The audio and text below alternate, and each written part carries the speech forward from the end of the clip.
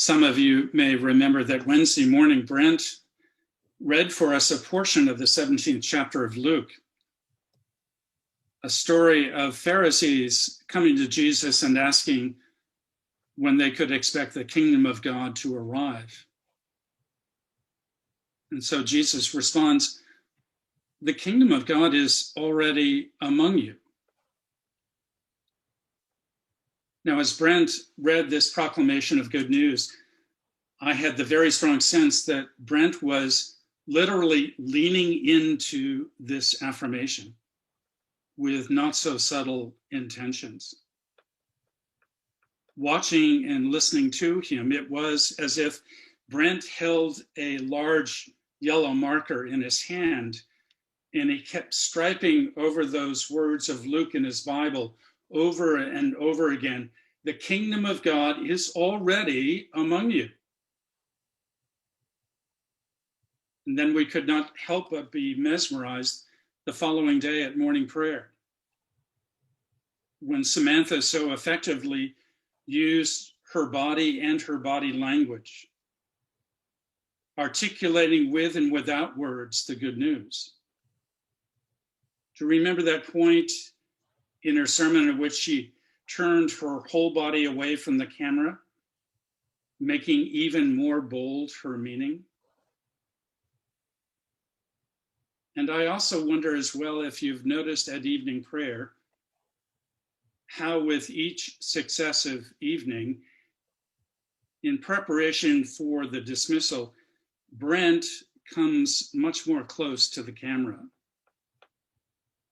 As the liturgy winds down, Brent very intentionally slows his pace, and he allows for a long, depth-hallowing silence to enfold us when he says, "I tell you a great mystery." With his well-trained voice as well as his eyes guiding us, he invites us into a deep mystical space.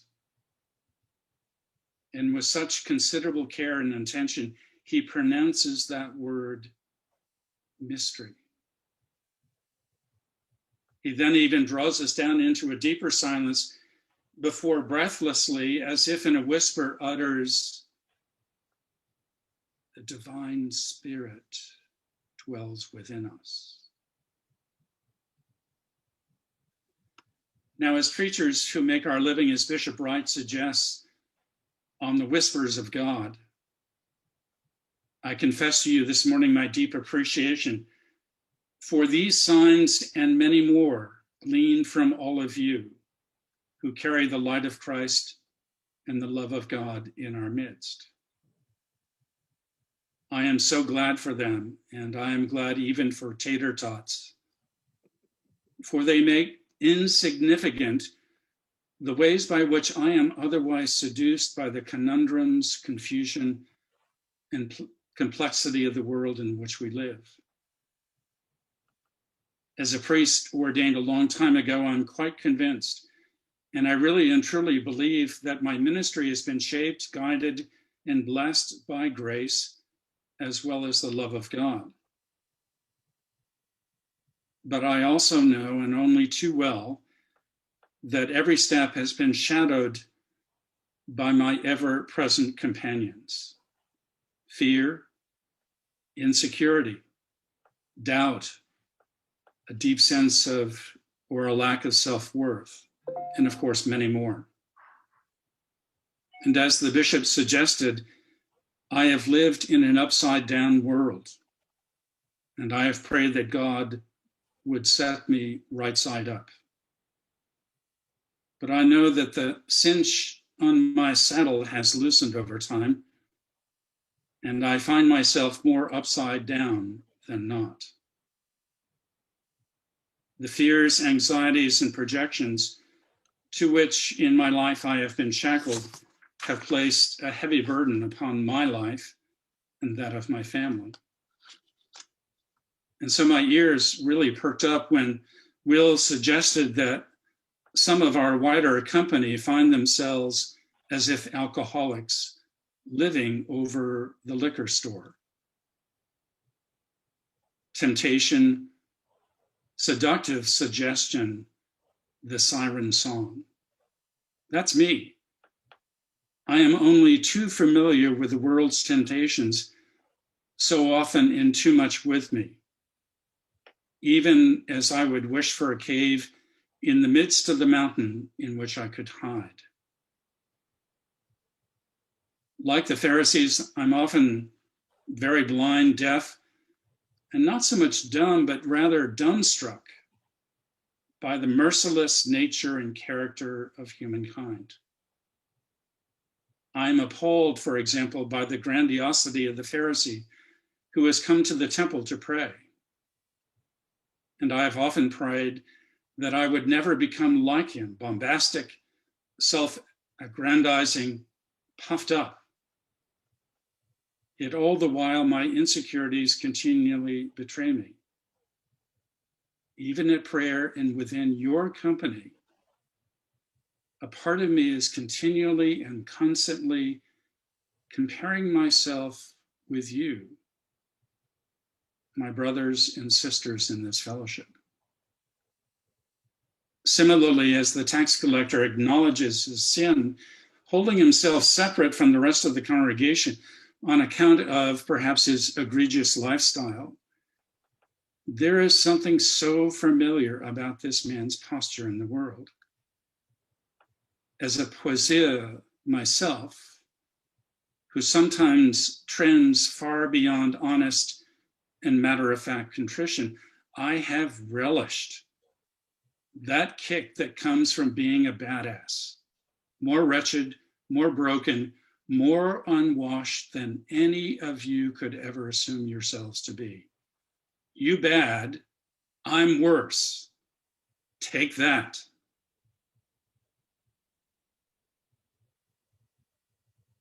The St. Lucia-born Nobel Prize-winning poet Derek Walcott wrote a poem entitled "The Fist." And as poets do, he draws attention to and amplifies our human tendency towards frailty, towards vulnerability, even as we strive to keep all of that in check. The fist clenched around my heart, it loosens a little, and I grasp brightness, but it tightens again. When have I ever not loved the pain of love? But this has moved past love to mania. This has the strong clench of the madman.